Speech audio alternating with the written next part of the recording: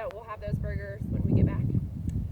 So I'll give you a quick background of Corner Post. So we leased this land from the National Audubon Society as part of their conservation ranching program. So as a conservation organization, the National Audubon Society saw this huge decline in birds, which is their focus, conservation through the lens of birds, and said, uh-oh, what do we do? Most of the great bird habitat is on private land, which is being managed by ranchers.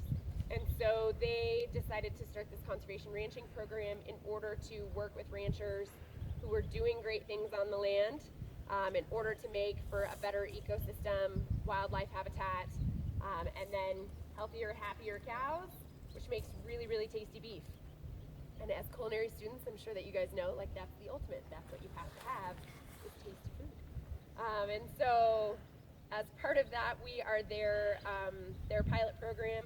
We raise sheep and pigs, chickens, and turkeys as well, because that's kind of that whole multi-species, like we want to eat all of those things, but then having the multi-species is also good for the land. So you guys will see a lot about our grazing techniques, how that improves the land, makes for a healthy animal, and then super tasty meat. And I go and pick them up at the post office, and there are boxes of them, and they're very, very loud, and we bring them in and put them into a brooder, which is a temperature-controlled environment, and we have to make sure that they're nice and hot, that they don't have any drafts, and we usually keep them in there for a couple of weeks, clean them on pasture. We have some little shelters that they have, little tractors, and we can drag them across the pathway. So they're already on fresh grass.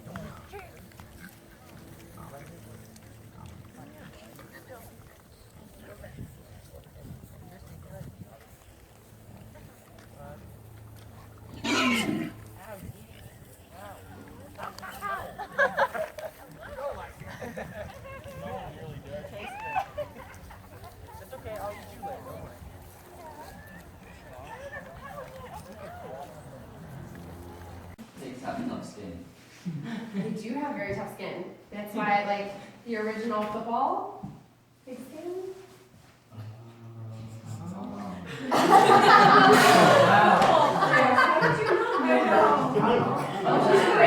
Yep, exactly. So yeah, they've got very, very tough skin, and they're just in general very hardy, tough animals. Yes, but yeah, super thick. They're like pigs like to bite stuff. Especially your shoes. Yes. Yes, it's like when you were a little kid and like this little piggy went to market and you do that for all your toes. That makes sense. I'll just play that game with you.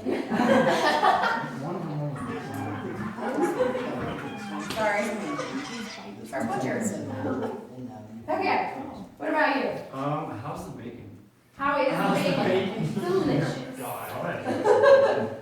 So we've done a salt and sugar cured bacon in the past, so it's kind of more like cured pork belly versus like a traditional bacon.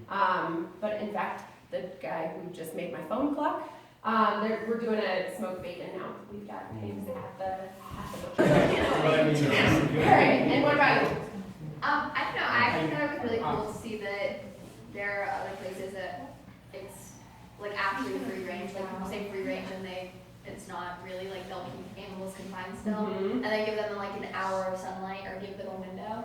Yes. So it was just nice to see that like there are organizations out there that you can actually eat from, where like the food that we eat is like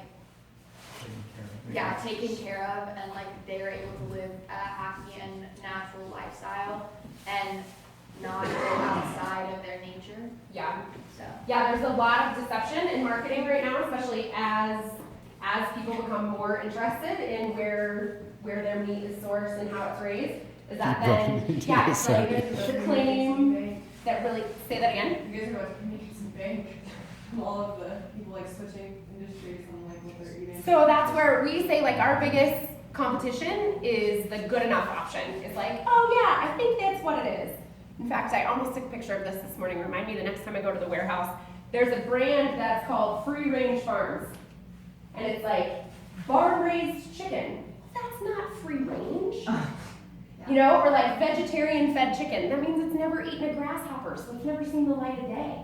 So there's some of those things that when you think about from a marketing standpoint, is that like, oh, it's grass fed, but they never talk about how it's finished, which is the last 60 to 90 days of its life.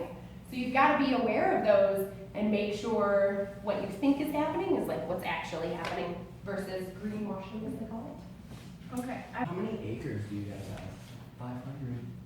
So we are actually on 1,500, so we're 3 square miles.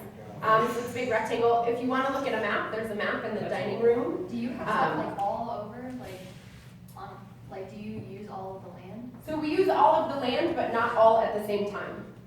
So because everything is moving regularly, exactly, everything is moving regularly. So like if you look out these windows, you can see there's like little huts out there. So that's where the mama pigs had their babies. Oh. And they've grazed all the way around to over where they are now. Dang. So that's moving regularly.